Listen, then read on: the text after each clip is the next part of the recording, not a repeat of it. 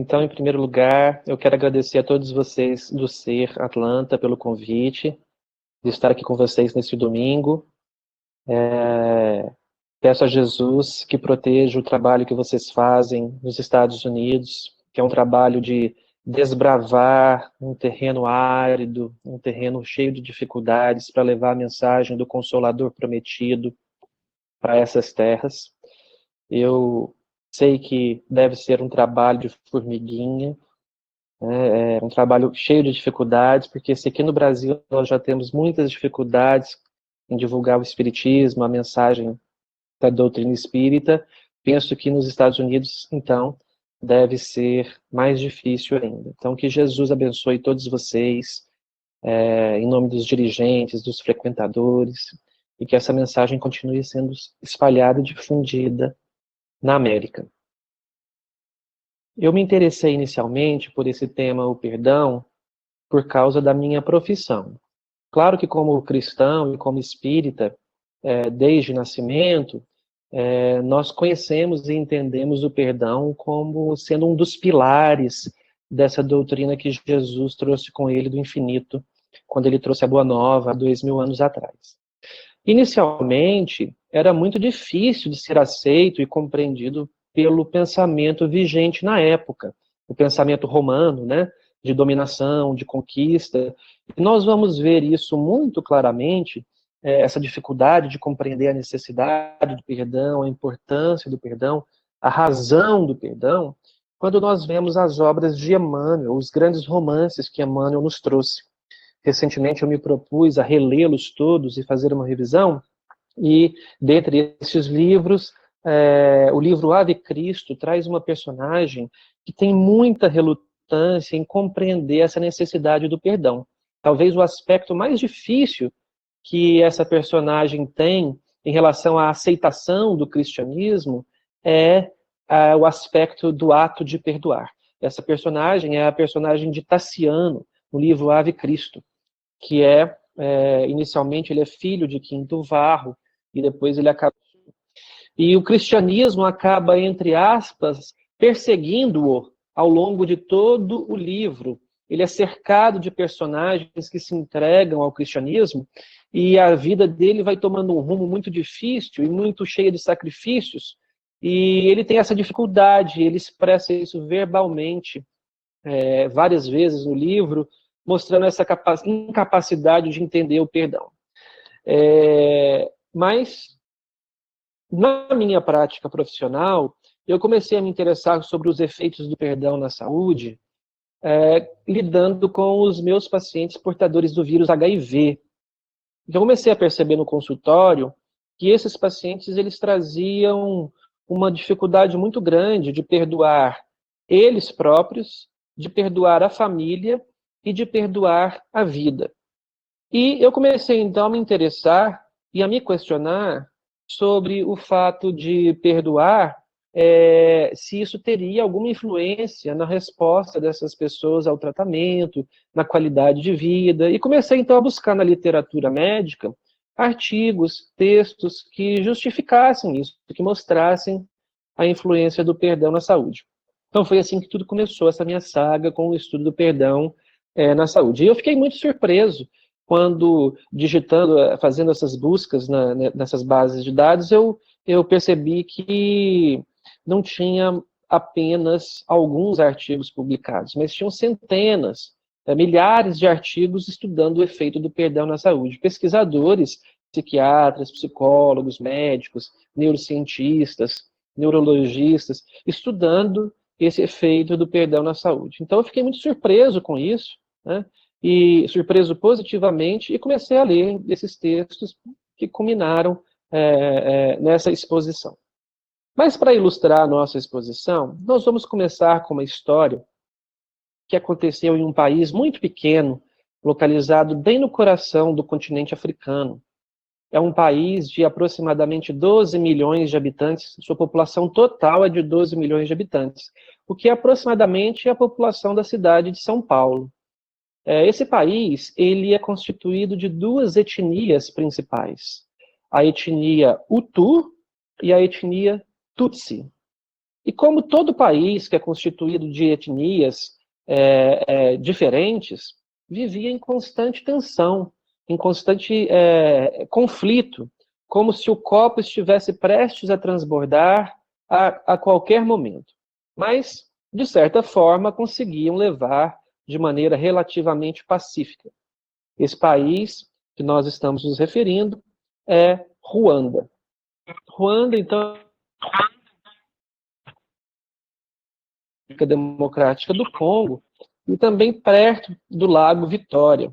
É uma região geograficamente muito bonita, com uma fauna riquíssima. Nós podemos ver os grandes predadores africanos ali naquela região, caçando os grandes herbívoros africanos, naquilo que a gente chama da grande migração, quando esses herbívoros vêm do norte, em movimento circular, passando pelo sul, ali de Uganda, Tanzânia, Quênia, e nesse trajeto são perseguidos por esses grandes predadores, os felinos, os crocodilos, em cenas que nós vemos na televisão, nos canais de Discovery, National Geographic, mas que vale muito a pena ser visto pessoalmente pela beleza do espetáculo. Inclusive, foi um espetáculo apontado pela revista National Geographic como um dos 7 mais belos que todo ser humano deveria assistir ao vivo antes de deixar esse mundo.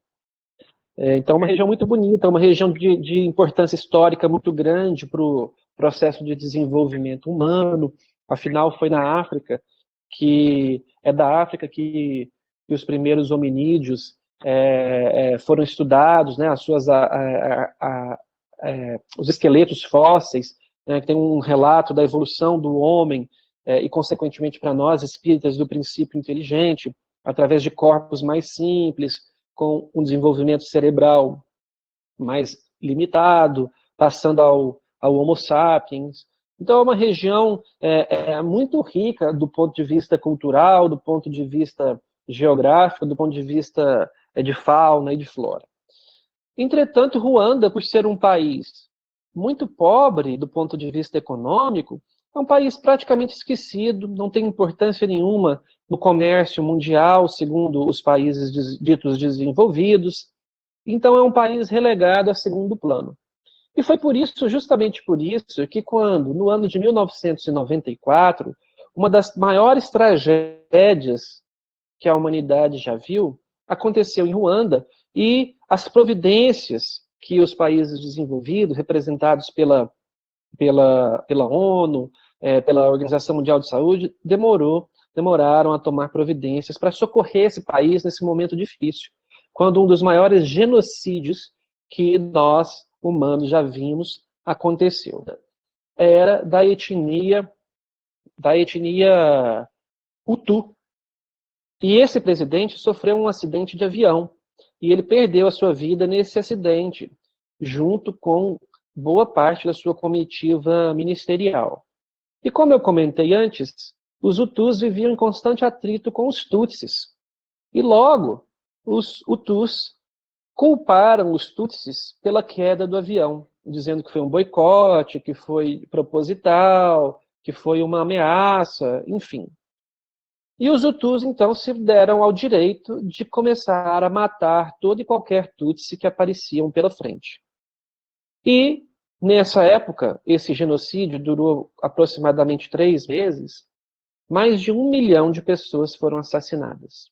Num país com 12 milhões de habitantes, é um número considerável. Mais de 1 milhão de Tutsis foram assassinados. As viúvas desses homens Tutsis eram violentadas sexualmente. E mais de 5 mil crianças que nasceram fruto dessa violência sexual foram assassinadas também. Num episódio vergonhoso que exigiu a intervenção, então, da ONU, da OMS, da Cruz Vermelha, para amenizar esse conflito. Esse conflito é parcialmente retratado em um filme muito famoso, hollywoodiano, chamado Hotel Ruanda. Então, nesse filme a gente consegue ver algumas imagens, alguns detalhes desse genocídio. Mas, como eu disse, durou aproximadamente 2 ou 3 meses e ceifou a vida de mais ou menos 1 milhão de ruandenses da etnia Tutsi. E é nesse contexto que nós vamos encontrar a nossa personagem principal. A nossa personagem principal é Jean-Paul Samputu, que é um músico ruandense da etnia Tutsi. Então ele nasceu em Ruanda, da etnia Tutsi, e desde pequeno ele se envolveu com música, aprendeu a tocar os seus instrumentos e se tornou um cantor e um compositor muito famoso em Ruanda. Assim como aqui no Brasil nós temos esses cantores famosos que todos nós conhecemos e conhecemos as canções, e nos Estados Unidos a mesma coisa, em Ruanda também há os músicos famosos e conhecidos, e um deles é Jean-Paul Samputu. Jean-Paul Samputu é da etnia Tutsi, e durante aquele genocídio, ele foi aconselhado por seus amigos e por seus familiares a deixar o país, porque como ele era muito famoso, o movimento Hutu tinha muito interesse em assassiná-lo e ter a sua cabeça exposta em uma bandeja, para que isso servisse de incentivo para mais Hutus assassinarem mais Tutsis, e também como um mecanismo de intimidação aos Tutsis, para mostrar aos Tutsis que nenhum deles seria poupado, nem mesmo aqueles que eram famosos.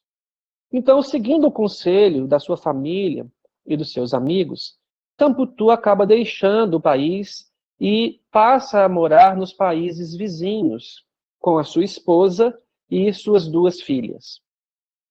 Algumas semanas depois que ele deixa Ruanda, ele recebe, então, a triste notícia de que o seu pai, a sua mãe, a sua irmã e seus 2 irmãos foram assassinados no genocídio. Ele, então, encontra-se sozinho no mundo, sem familiares, com exceção da sua esposa e das suas filhas. E o impacto que essa notícia causou nas emoções e no pensamento de Samputu foi grandioso. Ele, então, sofre uma fratura mental. Ele se desconecta de si mesmo, pleno de dor, pleno de desespero, pleno de agonia, e entrega-se ao uso desenfreado de drogas ilícitas, drogas injetáveis e também do álcool. E durante aquelas semanas difíceis, um processo depressivo muito intenso acaba se instalando também. Ele procura ajuda em grandes centros europeus, viaja para o Canadá, para os Estados Unidos, procura psiquiatras, psicólogos, neurocientistas que pudessem ajudá-lo com aquele problema da dependência, com aquele problema da depressão. Ele ameaça contra a própria vida, mas nada resolve. Nada é capaz de amenizar a sua dor, de amenizar a sua agonia e o seu desejo de vingança, o seu desespero. E dentro deste contexto, não mais suportando essa situação, para piorar a situação de Samputu, a sua esposa também acaba por abandoná-lo, deixando-o realmente sozinho, à mercê das suas próprias emoções negativas e da sua tristeza. No Evangelho de Jesus, nós vamos encontrar a seguinte afirmação. Quando Jesus conversa com o apóstolo Pedro, explicando ao apóstolo que era necessário que o perdão fosse executado 70 vezes, 7 vezes. Com essa ideia, Jesus nos traz uma mensagem quantitativa sobre o ato de perdoar. Obviamente que Jesus não quer dizer que nós devemos perdoar um ofensor 490 vezes. E na ofensa 491, nós estamos liberados para não mais perdoá-lo. Obviamente que não é essa a ideia do Mestre. Jesus nos traz essa mensagem de que o perdão deve ser algo infinito, que nós devemos perdoar o agressor quantas vezes forem necessárias e, se preciso for, pela mesma agressão, pela mesma falta, pelo mesmo tipo de ofensa. Nós devemos perdoar infinitas vezes, mesmo que seja a mesma pessoa e o mesmo tipo de agressão. Porque muitas vezes nós temos o hábito de dizer, mas a pessoa não aprende, né? Ela já me ofendeu uma vez, já fez isso uma segunda vez, uma terceira vez, mas agora na quarta vez eu não perdoo mais. E não é essa a ideia. Jesus nos traz essa mensagem poderosa de que o perdão deve ser executado, deve ser oferecido infinitas vezes para a mesma pessoa e para a mesma ofensa. Mas eu fiquei me perguntando se, no lugar de Jean Paul Samputu, eu seria capaz de perdoar uma única vez a pessoa que assassinou meu pai, minha mãe, minha irmã e meus 2 irmãos. Trazendo, então, para o contexto da nossa conversa de hoje, a ideia qualitativa do perdão. O que você é capaz de perdoar? Você é capaz de perdoar a pessoa que no trânsito fecha o seu carro porque está com pressa, porque está mal-humorada? Você é capaz de perdoar o seu chefe que repetidas vezes vai trabalhar mal-humorado e acaba descontando o mau humor em você? Você é capaz de perdoar o seu cônjuge que deixa a escova de dente na pia de uma maneira que te incomoda e te irrita? Ou você é capaz de perdoar as pessoas que mataram seu pai, sua mãe, sua irmã e seus 2 irmãos? Qual é o limite do seu perdão? Qual é a sua capacidade qualitativa de perdoar? E esse porque nós vemos pessoas que são capazes de perdoar crimes brutais, agressões ditas violentas, brutalidades incríveis, e outras pessoas que são incapazes de perdoar alguém porque deixou a escova de dente de maneira torta em cima da pia. Então, esse espectro de capacidade de perdão das pessoas, ele varia também ao infinito. E qual é a importância disso? Por que isso passou a me interessar? Porque todo livro cristão que eu lia e todo livro espírita que nós lemos, que é importante perdoar, que perdoar faz bem. Essa mensagem também está implícita e explícita em livros de autoajuda, por exemplo, onde nós vamos ler frases como essa, que guardar ressentimentos é como tomar veneno e esperar que a outra pessoa morra. Numa ideia, numa mensagem de que o acúmulo de mágoa, ele faz mal para aquele que ele acha e acredita que aqueles pensamentos de mágoa, de ódio, de vingança, acabam por fazer mal à sua vítima, ao seu objeto de ódio. E, na verdade, acaba fazendo mal a si próprio. É isso que nós lemos nesses livros de autoajuda, nos livros religiosos. Então, eu comecei a me questionar, diante dos meus pacientes HIV positivos, como eu comentei no início, se essa falta de perdão em relação a eles próprios, em relação à família, porque os pacientes de HIV, às vezes, eles são menosprezados, são estigmatizados, muitos são expulsos de casa, porque envolve outras comemorativos, como, por exemplo, questões relacionadas à sexualidade, né? Alguns pais não aceitam a sexualidade do filho e acabam os expulsando, e isso gera mágoa nos filhos. E também uma mágoa em relação à vida, de que a vida foi injusta com eles, de que eles sempre agiram de maneira correta, e agora a vida, entre aspas, os pune com uma infecção como essa, que eles passarão a enfrentar não só as consequências clínicas da doença, mas as consequências sociais, os estigmas e etc.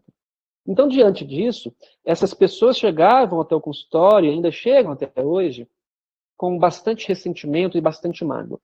E eu, então, me interessei em estudar se essas frases realmente eram verdadeiras, se elas tinham alguma fundamentação científica, se tinha evidência de que o ato de perdoar fazia bem à saúde. Ou, em outras palavras, se o ato de guardar mágoa fazia mal à saúde. E aí, como médico, isso me interessava do ponto de vista orgânico, mas como espírita, também me interessava do ponto de vista espiritual. Guardar mágoa faz mal à saúde física? e a saúde espiritual? Foi essa a pergunta que eu fiz a mim mesmo. O perdão faz bem à saúde? E então comecei a pesquisar nos artigos médicos que eu citei no passado, no começo da fala, para ver se eu encontrava essas evidências. Mas eu entendi que para eu responder essa pergunta, se o perdão faz bem à saúde, a primeira coisa que eu tinha que fazer era entender o que é perdão. E a segunda coisa que eu tinha que fazer era entender o que é saúde. Qual a definição de perdão? Qual a definição de saúde? Então, pesquisando daqui, pesquisando dali, nós encontramos diversas definições de saúde e diversas definições de perdão. Mas, para fins da nossa exposição, eu acabei optando por uma definição de perdão que eu achei muito apropriada e que nos serve de modelo para essa exposição. Então, perdoar não é esquecer a ofensa que alguém te fez. O nome disso é amnésia. Perdoar é quando você lembra e não sente mais dor. Olha só a profundidade desse conceito. Você lembra da ofensa. Ou você acha que Jesus, por exemplo, ele se esqueceu que ele foi crucificado? Ele não se esquece disso, isso está na memória perispiritual. Tudo que nós aprendemos ao longo da nossa existência, tudo que nós passamos, que nós sofremos, nós levamos conosco ao longo da eternidade. Nós lembramos dos fatos, inclusive em detalhes, quando nós desencarnamos. Então nós vamos lembrar que aquelas pessoas no passado foram nossos verdugos, nossos algozes, e também que nós fomos verdugos e algozes de muitas pessoas. Então nós não vamos esquecer isso. Mas é importante que ao lembrarmos da ofensa que praticamos e da ofensa que recebemos, que nós não sintamos mais dor. A partir do momento que você é capaz de lembrar da ofensa que alguém lhe causou e não sente mais dor, isso lhe traz uma certa liberdade.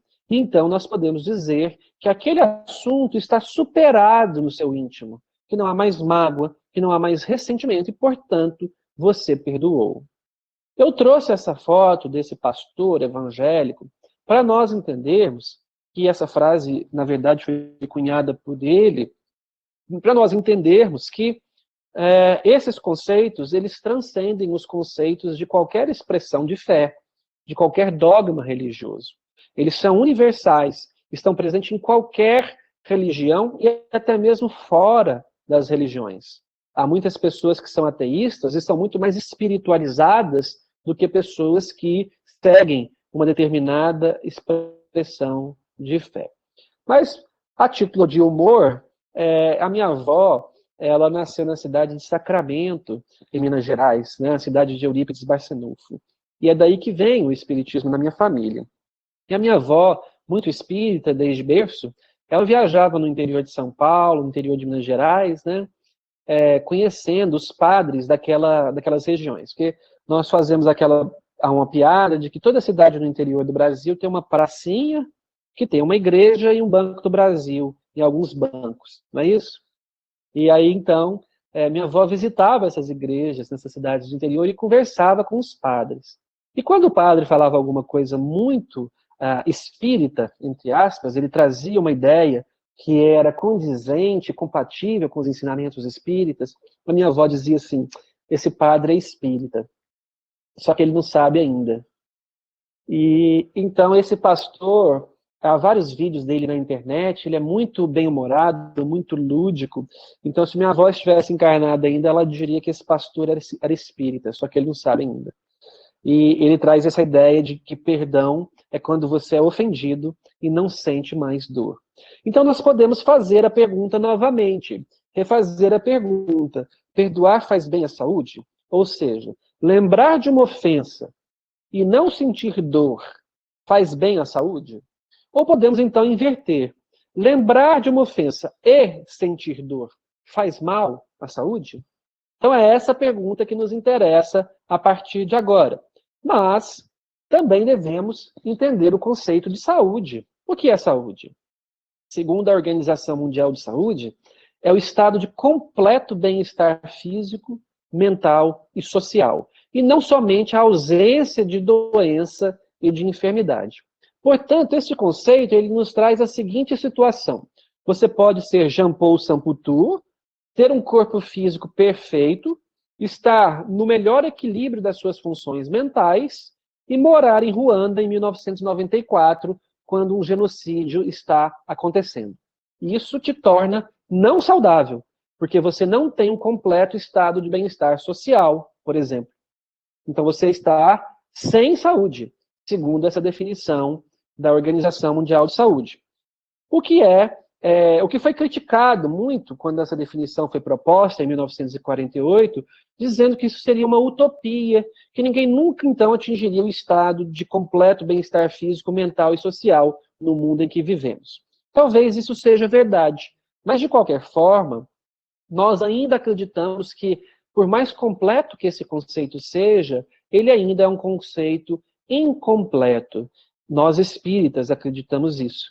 Por quê? Uma das definições mais belas de saúde, e mais sucintas também, porque os grandes espíritos, eles têm a capacidade de dizer muito com poucas palavras. Então é assim que o espírito de Emmanuel vai dizer no livro Consolador que a saúde é a perfeita harmonia da alma. Olha que definição belíssima de saúde. A alma que está em harmonia é uma alma saudável. E aí, então, nós entendemos este conceito quando nós entendemos a noção de eternidade, de imortalidade, a teoria das vidas sucessivas, as reencarnações. Se nós considerarmos apenas a vida como sendo uma única só existência, esse conceito, então, não faz sentido. Mas aos olhos da eternidade, a perfeita harmonia da alma significa que aquela alma é absolutamente saudável.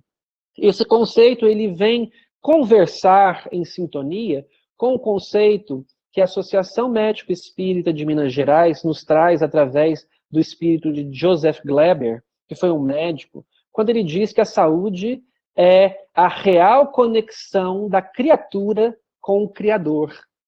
E a doença é o contrário momentâneo de tal fato. Quer dizer, a criatura que está em conexão com o Criador, através das emoções, dos pensamentos e das atitudes, está em saúde.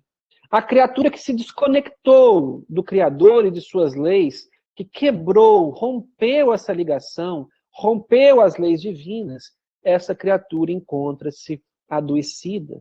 E é justamente isso que nós vamos ver no Espiritismo. A doença nada mais é do que um afastamento do caminho reto que as leis de Deus nos propõem, que a lei de Deus nos encaminha. Então, Emmanuel vem trazer essa ideia, e olha só como ela muda o significado. Por exemplo, nós vamos encontrar uma alma como a alma de Chico Xavier, que é uma alma que tinha dificuldades orgânicas. Por exemplo, Chico sofria de glaucoma grave dos olhos, sofria de angina pectoris, doença coronariana. Mas alguém teria coragem de dizer que Chico é uma alma doente? Estava em perfeita conexão, em perfeita harmonia com o Criador. Aquela alma era uma alma extremamente equilibrada. E, por isso mesmo, era uma alma saudável. E por isso mesmo eu gosto de dizer sempre que saúde e felicidade são palavras sinônimas quando nós analisamos à luz da eternidade. Porque é inconcebível que a alma que seja saudável não seja feliz. E o contrário também. A alma que é feliz é uma alma saudável. Então, nós podemos intercambiar o uso dessas duas palavras, saúde e felicidade. Então, nós podemos, então, reformular a pergunta uma segunda vez. O perdão faz bem à saúde? Lembrar da ofensa e não sentir dor me coloca em perfeita harmonia? Lembrar da ofensa e sentir dor desequilibra a minha alma? E é essa a resposta que nós vamos responder a partir de agora. Existe um campo da psicologia chamado psicologia positiva, que recentemente vem estudando os efeitos das emoções positivas na saúde orgânica. Positiva, ela estuda o efeito do otimismo, do bom humor, da alegria, da resiliência, do perdão, da prática da caridade, na saúde orgânica e na saúde psíquica das pessoas.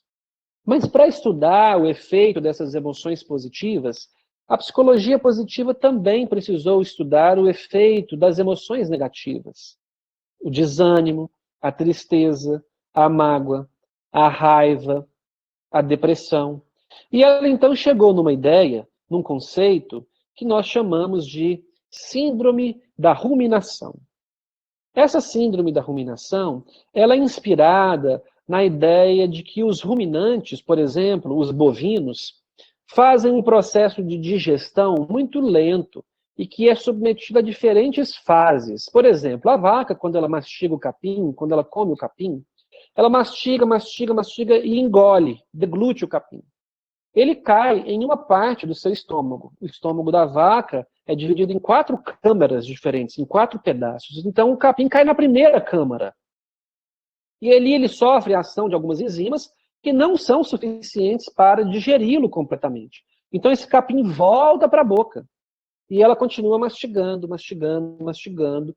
E então, ela deglute uma segunda vez. E esse capim vai para uma segunda câmara gástrica, onde sofre a ação de novas enzimas digestivas, e ele volta para a boca, e esse processo se repete 4 vezes, até que ele passe por todas as enzimas, por todas as câmaras gástricas, e aquilo possa ser digerido. Portanto, é um processo lento. É um processo que faz com que a vaca esteja sempre lembrando daquilo que ela comeu, né? Aqui na minha cidade, na cidade de Goiânia, em Goiás, tem um fruto do cerrado que chama-se pequi. Talvez alguns de vocês conheçam, piqui. Quando a gente come piqui, nós lembramos o dia inteiro que nós comemos piqui, porque nós ficamos eructando piqui durante vários dias. Então, eu costumo dizer que a síndrome da ruminação é igual comer piqui. A gente fica lembrando daquilo o tempo todo.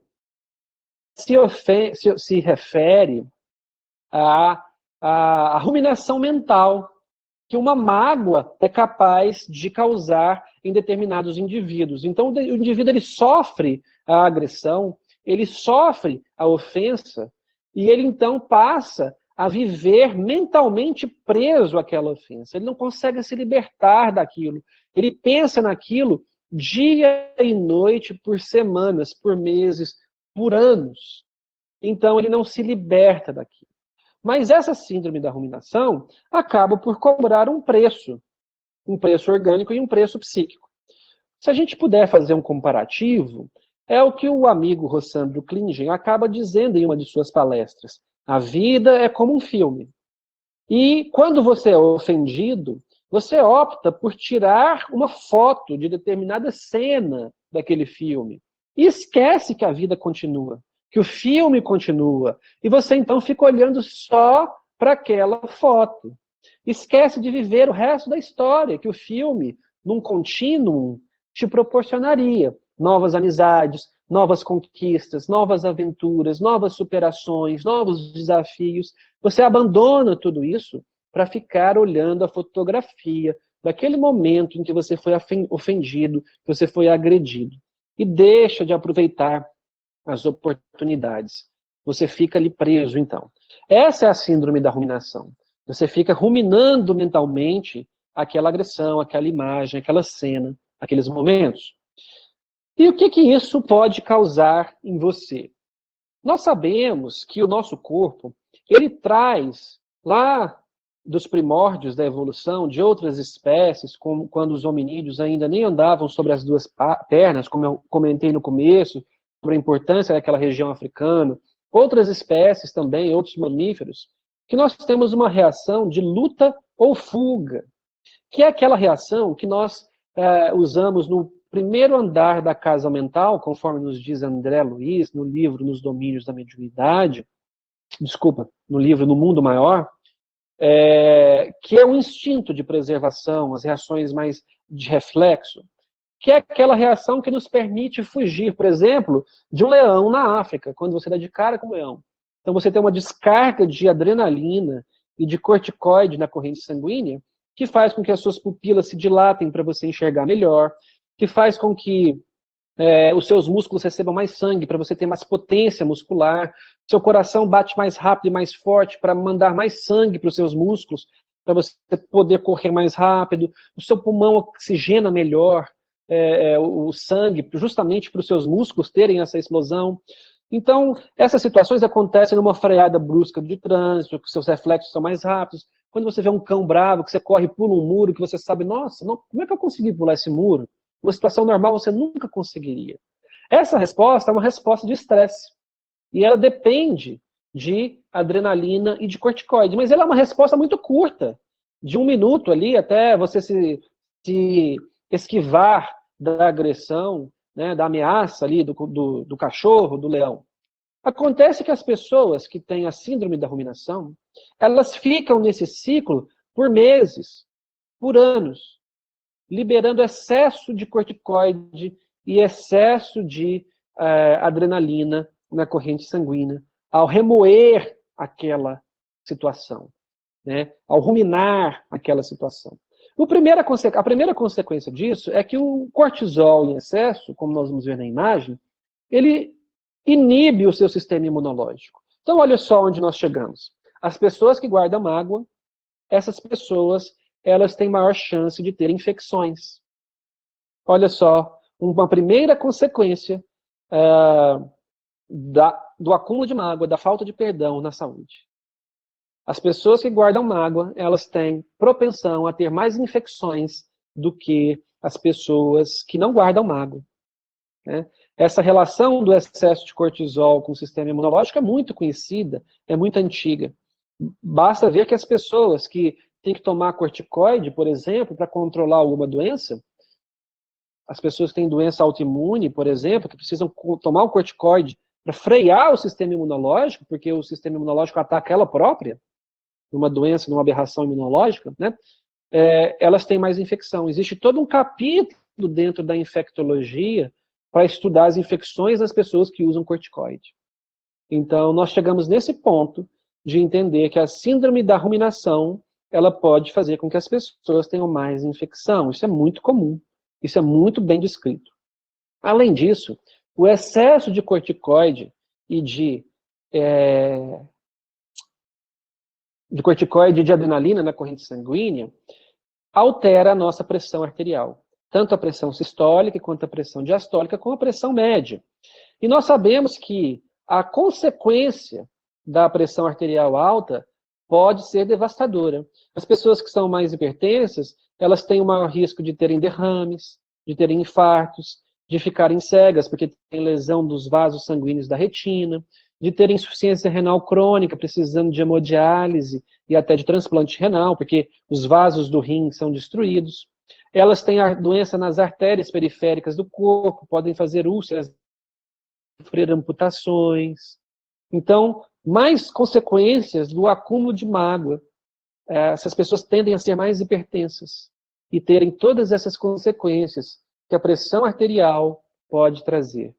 Eu acredito que muitas pessoas não imaginam que nós poderíamos chegar nesse ponto, né? Será que a minha pressão alta tem relação com uma mágoa que eu não resolvi? Será que as minhas infecções é alguma coisa que eu não consegui lidar bem em relação às minhas mágoas?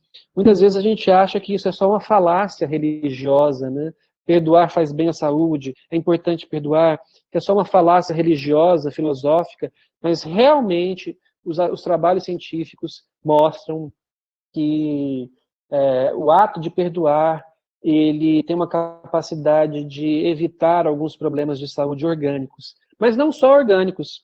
É muito bem descrito na literatura médica as doenças mentais, os transtornos psiquiátricos relacionados à mágoa. A mágoa serviria como um gatilho para vários transtornos psiquiátricos. Síndrome do pânico, transtornos de ansiedade, depressão major, distúrbios bipolar do humor, crises de alucinação esquizoides ou esquizofrenia propriamente dita.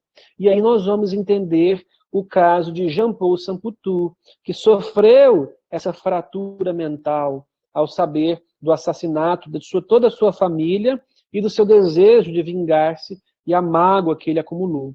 Então, nesse slide, nós vemos aqui à direita que a ruminação aqui apresentada no centro, num quadrado, num retângulo vermelho, se ela não é lidada com resiliência, a setinha para cima, aquilo que aí nos Estados Unidos é chamado de coping, né, o verbo to cope, cuja tradução principal, ou melhor, seria lidar com, né, a pessoa que não usa essas estratégias de coping para lidar com as suas mágoas, elas então acabam desviando a setinha para baixo e caindo no grupo de esquizofrenia, distúrbio bipolar do humor, transtorno da ansiedade, distúrbios de obsessão e compulsão, enfim. Isso pode lá na frente culminar com tentativas de suicídio, doenças orgânicas e etc. Então não é só na saúde orgânica que a mágoa tem um impacto, ela tem esse impacto grandioso também na saúde mental dos indivíduos. O problema é tão sério que a Organização Mundial de Saúde declarou o ato de perdoar como uma questão de saúde pública. Olha isso. Para a Organização Mundial de Saúde, perdoar é tão importante quanto vacinas, é tão importante quanto saneamento básico, quanto o combate à obesidade, o combate ao tabagismo. É o mesmo peso na balança. E aí, nós que somos espíritas, nós temos uma facilidade muito grande de compreender isso. Porque nós vivemos num planeta de provas e expiações. E se nós estamos aqui, significa que nós temos que passar por provas e nós temos que passar por expiações. E, obviamente, se nós estamos aqui, é porque nós somos espíritos compatíveis com esse nível evolutivo. E espíritos que vivem em planetas de provas e expiações são espíritos que magoam, que agridem, que têm a necessidade ou ainda a incapacidade de viver em paz uns com os outros. Então, se nós estamos magoando, agredindo, deve haver bilhões de pessoas magoadas, ofendidas, ruminantes por aí. Nós somos 7 bilhões de habitantes nesse planeta. Quantos de nós agridem? Quantos de nós estão ruminando essas mágoas por aí? Bilhões de pessoas que estão carregando mágoa, incapacidade de perdoar. E, obviamente, que isso vai ter um preço, um impacto de saúde pública, né? Essas pessoas estão procurando os serviços médicos porque elas estão pegando infecções, porque elas estão tendo as consequências da pressão alta, infartando, tendo derrame, insuficiência renal, doenças psiquiátricas diversas. Então, essas pessoas estão causando uma dificuldade de atendimento no sistema de saúde. Elas estão desencarnando por isso. Então, é muito fácil para nós, como espíritas, entender o perdão como uma questão de saúde pública, né? Mas eu trouxe esse estudo para nós entendermos um pouco a importância do ato de perdoar. Nesse estudo, os pesquisadores pegaram 2 grupos de pessoas, vítimas e agressores. Vítimas de agressões intensas, do nível de que Jean-Paul Samputu sofreu. E eles aplicaram questionários de qualidades de vida para essas pessoas, aprovados por sociedades de psiquiatria e psicologia. Então, eles pegaram essas pessoas, aplicaram esses questionários e deram uma nota para a felicidade delas naquele momento. E ofereceram para as pessoas que foram vítimas 3 opções. Opção A, perdoar o agressor. Perdoar o agressor e buscar reconciliação. E opção C, não perdoar. E mostraram para os agressores a resposta que a sua vítima escolheu. E 6 meses depois, eles foram reaplicar aqueles questionários. Quando o agressor havia sido perdoado, ou perdoado e buscado reconciliação, opção A e B, e foram reaplicados aqueles questionários, a qualidade de vidas dele e a qualidade de saúde orgânica e mental dele havia melhorado 4 vezes. Então, isso nos mostrou, isso nos sugere, né, não pode afirmar, mas isso nos sugere que o ato de perdoar, quando nós perdoamos alguém, isso faz bem para a saúde do agressor. Olha só a nossa responsabilidade em perdoar aqueles que nos agrediram. Mas a surpresa maior foi quando os dados foram analisados em relação às vítimas. As vítimas que escolheram perdoar e reconciliar A saúde delas nos questionários não melhorou 4 vezes, melhorou 12 vezes. Muito mais do que a saúde do agressor. Sugerindo que perdoar faz sim bem à saúde daquele que perdoa. Ora, a história do cristianismo nos traz essa mensagem em algum lugar. Essa fala não nos é estranha. Onde nós vimos isso? Lá na Idade Média, quando Francisco de Assis nos disse: ó mestre, fazei com que eu procure mais perdoar do que ser perdoado. Mostrando que a fala de Francisco de Assis na Idade Média, ela tem um fundo científico, tem uma sabedoria científica, há evidências científicas por trás daquilo que Francisco de Assis nos trouxe na Idade Média. Mostrando que aquela pergunta que eu fiz no começo não é apenas uma falácia religiosa, que perdoar realmente faz bem à saúde e é de importância capital para o nosso sucesso espiritual. O Espiritismo, como sendo o consolador prometido por Jesus, e que Jesus, no cerne da sua doutrina, implantou o perdão, porque o perdão é uma das grandes raízes, uma das grandes potências da mensagem cristã, e, obviamente, o Espiritismo, como sendo o consolador prometido, deveria abordar essa questão de maneira intensa e incisiva. E é o que o codificador Allan Kardec faz no livro no Evangelho segundo o Espiritismo, mas ao longo de toda a sua obra, e mais especificamente nos capítulos 10 e capítulo 12 do Evangelho: amai os vossos inimigos e bem-aventurados os misericordiosos. Quando Allan Kardec vai discutir o que é perdoar os inimigos. Algumas pessoas confundem a ideia, acreditando que nós devemos ter o mesmo afeto para aquela pessoa que matou meu pai, minha mãe, minha irmã e meus 2 irmãos. Eu tenho que ter o mesmo afeto por essa pessoa que eu tinha pela minha própria mãe e pelo meu próprio irmão. E não é essa a ideia que Allan Kardec discorre no Evangelho segundo o Espiritismo. O que ele diz é que você não precisa ter o mesmo afeto, mas você nem precisa nem conviver com a pessoa, mas você deve guardar no seu coração um desejo sincero de que essa pessoa consiga praticar o bem ao longo da sua existência, de que ela seja feliz, de que ela conquiste a felicidade, de que ela supere as suas dificuldades. E você deve colocá-la nas suas preces, nas suas orações, desejando a ela todo o bem necessário.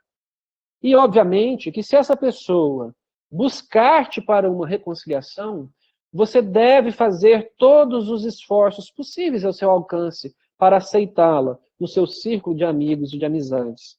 Ou seja, você deve agir como um verdadeiro espírita, como ele nos diz lá no capítulo O Homem de Bem. O verdadeiro espírita é aquele capaz de diminuir as suas más tendências pelo seu esforço contínuo, causando a sua própria renovação moral. Então é essa a ideia de perdão que o codificador nos traz. Porque, infelizmente, é muito difícil para nós, no momento em que nós estamos, no planeta em que nós estamos, ter para o agressor aquela ideia de afeto que nós temos com os nossos parentes mais próximos. André Luiz também traz em sua obra uma riqueza de casos de perdão, porque isso, o ato de não perdoar, ele se estende para além da vida física. É só ler as obras de André Luiz e nós vamos ver processos obsessivos gravíssimos que levam as pessoas a suicídio, a tragédias morais, a tragédias existenciais, porque em algum momento da história alguém não perdoou alguém. Basta ler essas obras que nós vamos ter essa riqueza de informações. E para o espírita é uma responsabilidade ainda maior, porque nós sabemos que isso pode durar por séculos, esse vínculo, essa ligação, essa prisão que nós temos com o agressor, se nós não resolvermos essas situações no nosso íntimo, pode nos levar a transtornos eternos, seculares. Né?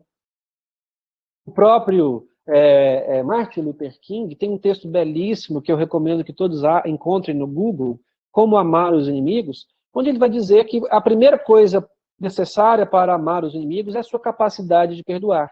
Aquele que não perdoa não pode amar. Então, se você não perdoa, você é incapaz de amar. Em segundo lugar, segundo Luther King, nós temos que olhar as pessoas por outros ângulos. As pessoas não são de todas ruins, não são de todas más, elas têm qualidades, assim como nós. Então nós devemos reconhecer essas qualidades nas pessoas, porque isso facilita o nosso processo de não mais sentir dor ao olhar para aquela pessoa que nos ofendeu.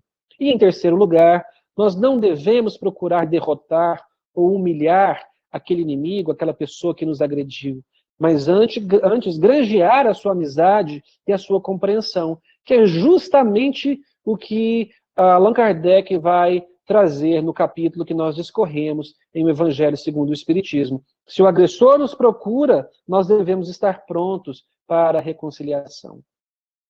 Muitas pessoas, por incrível que pareça, vão dizer que Jesus era um teórico do perdão, que Jesus trouxe a ideia do perdão na teoria, mas que ele não praticava o perdão no dia a dia. Eu já escutei isso dentro do meio espírita.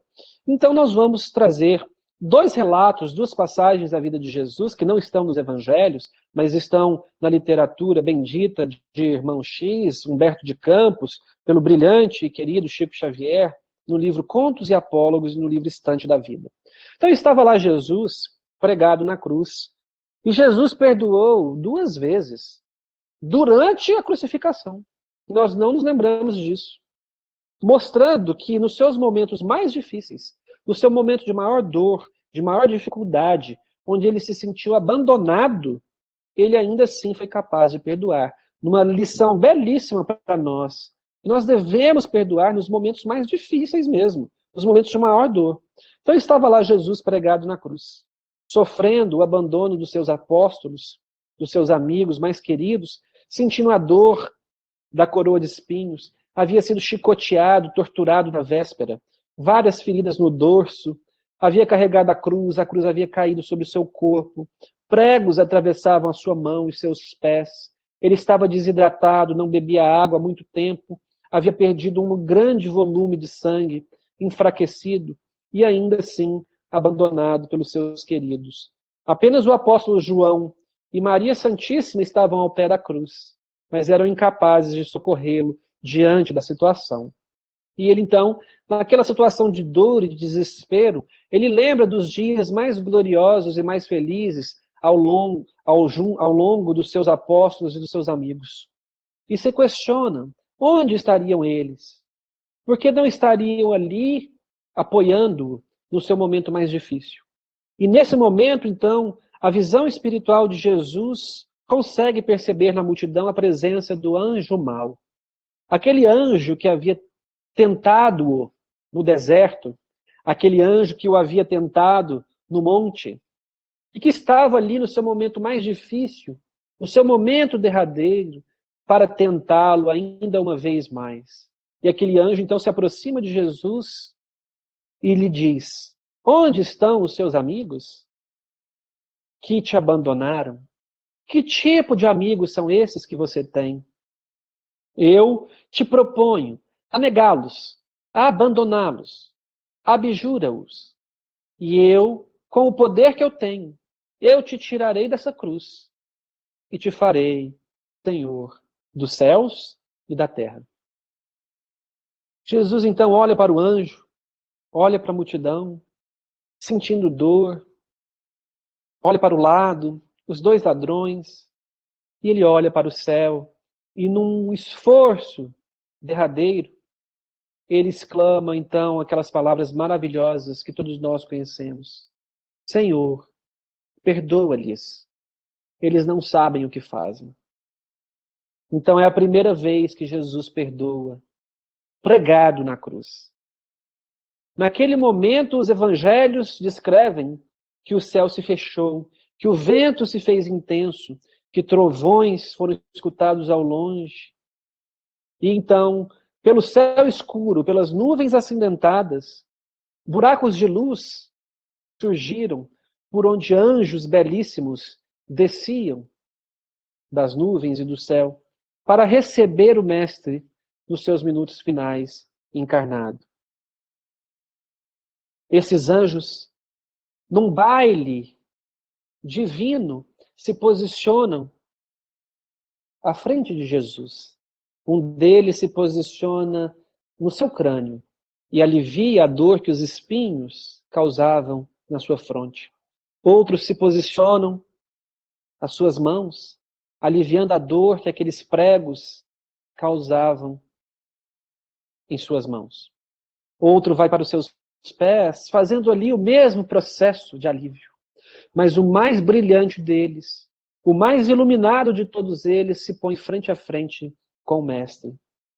E há um sinal de Jesus imperceptível à multidão que ali se encontrava.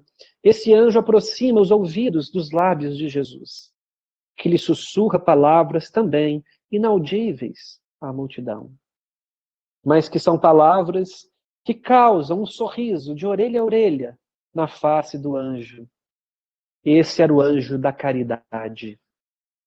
Ele se afasta de Jesus e mergulha nas profundezas umbralinas, onde vai resgatar Judas, que havia traído Jesus por 30 moedas de pratas. Então Jesus perdoa pela segunda vez pregado na cruz, mostrando que Jesus não foi um teórico do perdão, que ele exemplificou o perdão até os últimos minutos, e que ele foi o modelo para os primeiros cristãos, que perdoavam seus algozes e entravam nas arenas sorrindo e cantando para as feras e para os agressores. Jesus foi o grande exemplo do ato de perdoar. E Jean Paul Samputu, o que foi feito da nossa personagem? Acontece que o assassino da família de Jean Paul Samputu foi o seu próprio meio-irmão.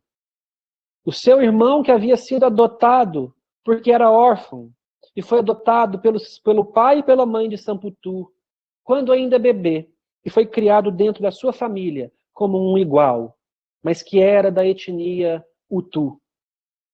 Esse homem, que era tido como filho pelo pai de Samputu e como seu irmão, foi aquele Hutu que assassinou o pai, a mãe, a irmã e os 2 irmãos de criação. E foi por isso que o impacto foi tão grande no corpo e na mente de Jean Paul Samputu. E foi por isso que ele não resistiu a essa fratura mental. E era por isso que ele queria vingar-se do seu meio-irmão. E naquele desespero, ao não encontrar nenhuma ajuda nos maiores especialistas da humanidade, o genocídio acabou. E as pessoas puderam voltar para o país, para Ruanda. E Samputu volta e um amigo lhe diz que havia um sábio no interior do país que poderia ajudá-lo. E ele, então, não tendo mais nada a perder, visita esse sábio. E o sábio lhe diz: só há uma maneira de você continuar vivo e não perder a sua existência para a depressão e para as drogas. Essa maneira é perdoar o seu meio-irmão. Aquela notícia o pegou de tão despreparado. Ele jamais imaginava ouvir aquilo daquele sábio. E ele passou a refletir sobre aquilo e ele entendeu que aquilo deveria ser verdade. E no dia que o seu meio-irmão estava sendo julgado no tribunal de guerra, ele então estava na audiência. E ele pede a palavra, pede o microfone e publicamente perdoa o seu meio-irmão na frente de toda a sociedade ruandense, que em choque não conseguia compreender aquele gesto cristão de perdoar, como os romanos não entendiam, como Tassiano não entendia. E naquele mesmo dia ele sai para jantar com o seu meio-irmão. E ouve do seu meio-irmão a história de que os líderes do movimento genocida haviam dito a ele que o assassino da família de Samputu deveria ser ele, para que o impacto fosse maior. E ele havia se recusado. Mas, ao recusar assassinar a sua família de criação, ele foi ameaçado de morte. Se você não matá-los, nós mataremos você. Não que isso fosse uma justificativa, porque muita gente perdeu a vida porque se recusou a tirar a vida. Mas foi o suficiente para Jean Paul Samputu se colocar no lugar do meio-irmão e entender que ele talvez naquele lugar faria a mesma coisa. E ele então perdoa o seu meio-irmão. E não só isso, eles decidem viajar o mundo fazendo palestras sobre a força do perdão, a importância de perdoar. E nós estamos aqui com essa imagem, mostrando Samputu ao centro, e o seu meio-irmão, Vincent Nakchurtimana, que foi criado no seio da sua família, assassinou seu pai, sua mãe, sua irmã e seus 2 irmãos. E eles, então, abraçados, nessa jornada, fazendo palestras ao longo do mundo, inclusive, na série de palestras TED, nós vamos ter uma palestra de Samputu contando a sua lema de vida. Forgiveness is for you. Você não perdoa para agradar a sociedade, para agradar o próximo, para fazer bonito para os outros. Você perdoa porque é importante para você, para a sua saúde orgânica, para a sua saúde psíquica e para nós espíritas, para a nossa saúde espiritual. Porque Jesus nos ensinou que perdoar é importante, que faz bem para o nosso espírito e que nos liberta para novos voos espirituais. Que Jesus possa nos abençoar a todos. Que Jesus possa estar conosco, nos fortalecendo e nos inspirando a perdoar as agressões que nós sofremos, desde as menores até as grandes agressões, que nem todos sofrerão, como Samputu, mas que no dia que nós sofrermos, que nós sejamos verdadeiros cristãos e coloquemos o perdão em prática, como Jesus nos ensinou. Fiquem com Deus. Um grande abraço a todos vocês. Muitíssimo obrigada, Vicente. Então, eu que agradeço a oportunidade e desejo a todos vocês muita inspiração para perdoar.